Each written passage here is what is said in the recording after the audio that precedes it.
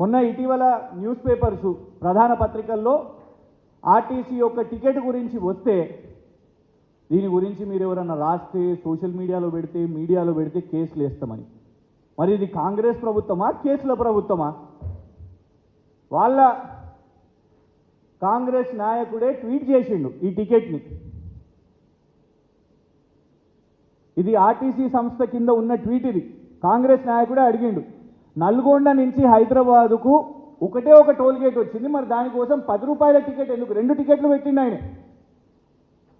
కేవలం నెల తేడాలోనే 10 రూపాయలు ఎందుకు పెరిగింది? ఇటు సైడ్ టికెట్ 170 రూపాయలు అయితే ఇటు సైడ్ టికెట్ 180 రూపాయలు. ఇది పెట్టింది మేం కాదు. ఆయన ఫోటో ఓపెన్ చేస్తే ఇగోండి, ఇది ఆయన ఫోటో, పెట్టిన వ్యక్తి ఫోటో. వారే అడుగుతున్నారు ఆర్టీసీ టికెట్ ధర ఇంత పెరిగింది కదా అంటే దీనికి సమాధానం చెప్పక కేసేస్తాం మీ మీద ఇది అడిగితే. ఆర్టీసీ లోగో గురించి కేసేస్తాం అంటారు, ఇంకేదన్నా అంటే కేసు అంటారు. సమాధానం చెప్పండి. మీరు కేసు అంటే అనుమానం వస్తుంది, అందులో లోపటేదో ఉన్నది కావచ్చు అని, గోప్యంగా ఎందుకు ఉంచుతున్నారు అని వివరణ ఇవ్వండి. ఈ యొక్క కాంట్రాక్టుకి సంబంధించి ఎన్ని సంస్థలు వచ్చినాయి, ఎన్ని కోట్ల రూపాయల మొత్తం వ్యాపారం ఇది?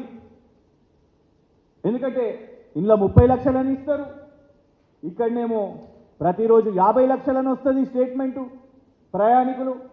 ఎందుకంటే ఇప్పుడు 30 లక్షలు అన్నా కూడా ఒక యావరేజ్ అయితే రేపు 40 లక్షలు కావచ్చు, ఒకరోజు పండుగ రోజు ఇంకెక్కువ కావచ్చు. ప్రతి ఒక్క టికెట్ పేరు మీద అక్కడ మరి కమిషన్ వస్తున్నప్పుడు మంత్రి గారికి ఎంత ముడుతుందో అందుకే ఇంత గోప్యంగా ఉంచిర్రా. గతంలో కేసీఆర్ గారి ప్రభుత్వంలో అందుకే కదా టీఎస్ ఐపాస్ అయినా టీఎస్ బీపాస్ అయినా ఈ ప్రొక్యూర్మెంట్ అయినా టీఎస్ అయినా కూడా నేరుగా ఎలాంటి హ్యూమన్ ఇంటర్ఫేస్ లేకుండా టెండర్ల ప్రక్రియలు జరిగినాయి, ఓపెన్గా జరిగినాయి.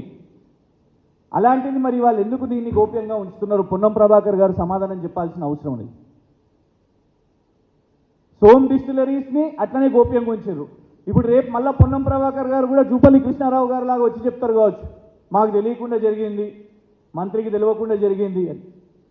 ఇంత ప్రెస్టీజియస్ కాంట్రాక్ట్ రాష్ట్రంలో మనం ఒక టికెటింగ్ సిస్టమ్, కొత్త డిజిటల్ సిస్టమ్ తెస్తున్నాం. ఆ సిస్టమ్ నిజంగా కూడా మంచి సిస్టమ్. అది దాన్ని గతంలో కేటీఆర్ గారు మంత్రిగా ఉన్నప్పుడు దాని మీద సమావేశాలు జరిపి అవన్నీ కూడా జరగాలి, ఇది రావాలి అని పైలట్ ప్రాజెక్ట్ కూడా చేసినాం.